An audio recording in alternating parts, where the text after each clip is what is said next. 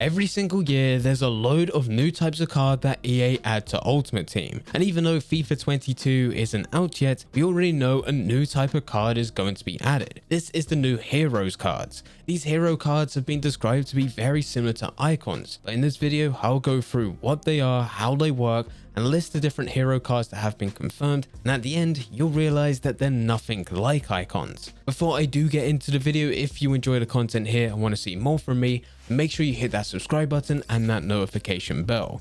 We upload videos every single week, and we was originally given the latest tips in FIFA 21. Now we're starting to move on to FIFA 22 news. Once FIFA 22 is finally released, that's when we'll move on to FUT 22 trader methods. So if you do want the latest news and the latest tutorials, then make sure you are following the channel. Getting back into the video, whenever EA adds a new type of card, a lot of players are quick to say that EA only do it to make more money. It's now just another card for you to buy into. And even though it may somewhat be true, it also provides a benefit to us players when it comes to building teams. Whenever there's a new type of card in a game that offers a different way to give chemistry, it opens up the doors to make new teams that we've never been able to build before. These hero cards can help in this area, so let's actually get into what you need to know. So the first thing, what are hero cards? Hero cards is the newest edition of cards in FIFA 22 Ultimate Team. They have been described as icons, except they're lower rated and there won't be multiple versions. These hero cards are tied to a league, specific to a heroic moment from their career, as well as their nationality, but will not represent a club. To quickly sum this up, a specific moment within that player's career is captured within their version of their card, and this will be specific to the league that they played in at the time. This could be the league where you heard their name for the first time, or it could be the league that they performed the best. The biggest thing with these cards is the chemistry that comes along with it, because it's not like any other player that we've had within Ultimate Team. So as already said, these cards have been described as icons, but when it comes to chemistry, it's nothing like an icon. Icons can get links to everyone. There's no such thing as a dead link. The lowest that they can go is a weak link, but that still means they can link up and fit into any type of team. If an icon has the same nationality as another player, no matter the league or club, they will get a strong link. With a hero card, it is slightly different. They will get a perfect link to anyone that fits in the exact same league with the exact same nationality. They will get a strong link to anyone that fits in the same league but has a different nationality. They will get a weak link to anyone with the same nationality but with a different league, and there will be no link if the player plays in a different league and has a different nationality. This all might sound a bit confusing, but this image on screen right now from Helmet Designs should clear things up. We see that Mario Gomez has a perfect link to Goretzka. This is because they both have the same nationality, being German, and they both have the exact same league, being Bundesliga. Mario Gomez is still able to get a strong link to Lewandowski. Even though they have completely different nationalities, they do still both play within the Bundesliga. And this is where chemistry starts to differ between these hero cards compared to any other card within the game. For any other type of player, this would be a weak link. With hero cards, this still remains a strong link. As for weak links with these hero cards, Mario Gomez will get a weak link to a player such as Kai Havertz. They both have the same nationality, and this is where that link comes from, but they play in different leagues. And then finally, there will be no link if the player has a completely different league and a completely different nationality. The example in this design, it gives Mario Gomez and Mbappe. Mario Gomez is German, plays in Bundesliga, and Mbappe is French and plays in Ligue 1. There is no way that there could possibly be a link there. So these hero cards can really benefit you when you're building league specific teams. Normally when you have players within the exact same league but playing completely different teams, they don't get a strong link unless they have the same nationality. But with these hero cards, no matter who you link up, no matter the nationality, no matter the club, as long as they all play within the exact same league, hero cards will be able to get strong links to every single player. Now that we've actually gone through how these different cards work, let's actually go into some of the players that have been revealed so far.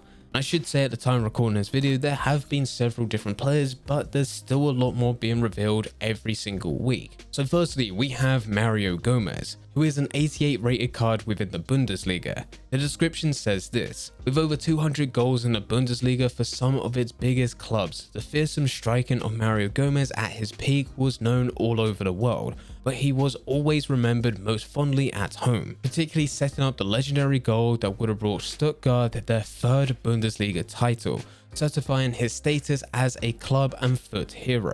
Next up, we have Tim Cahill having an 85 rated card within the Premier League. Tim Cahill was known all over the Premier League for his all-round chaos potential in the box, especially dangerous with his heading technique, but Cahill had a wide range of finishes in his locker, like the sublime overhead kick he scored in 2007. It's what FUT heroes are made of. Next up, we have Diego Milito, who's got an 88 rated card within the Serie A. The Argentine marksman flew under the radar for years, despite scoring over 50 goals in just 100 appearances in La Liga.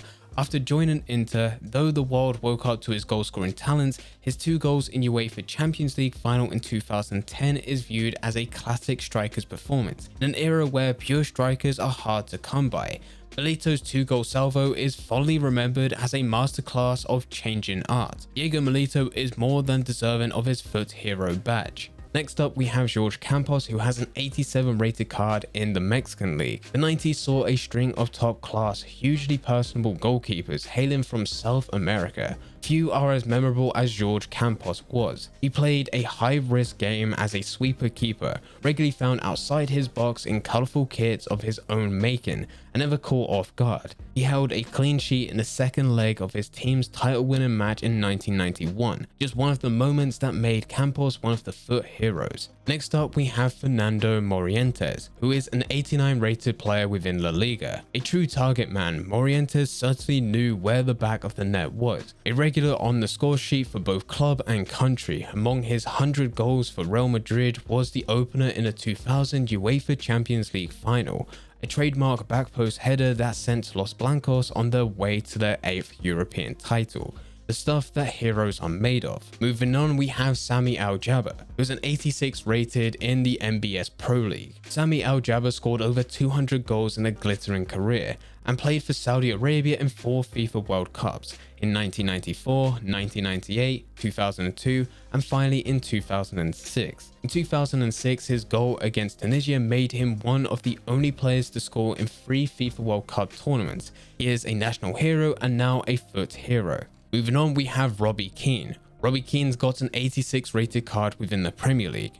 Robbie Keane scored over 120 Premier League goals for some of England's biggest teams, a striker who could cause more trouble for any defence, teams prepared to play against him. His defining moment came as his constant harrying and harrying drove Spurs to their last league win in 2008. From here we have Abidi Pele, who's got an 86 rated card in Ligue 1.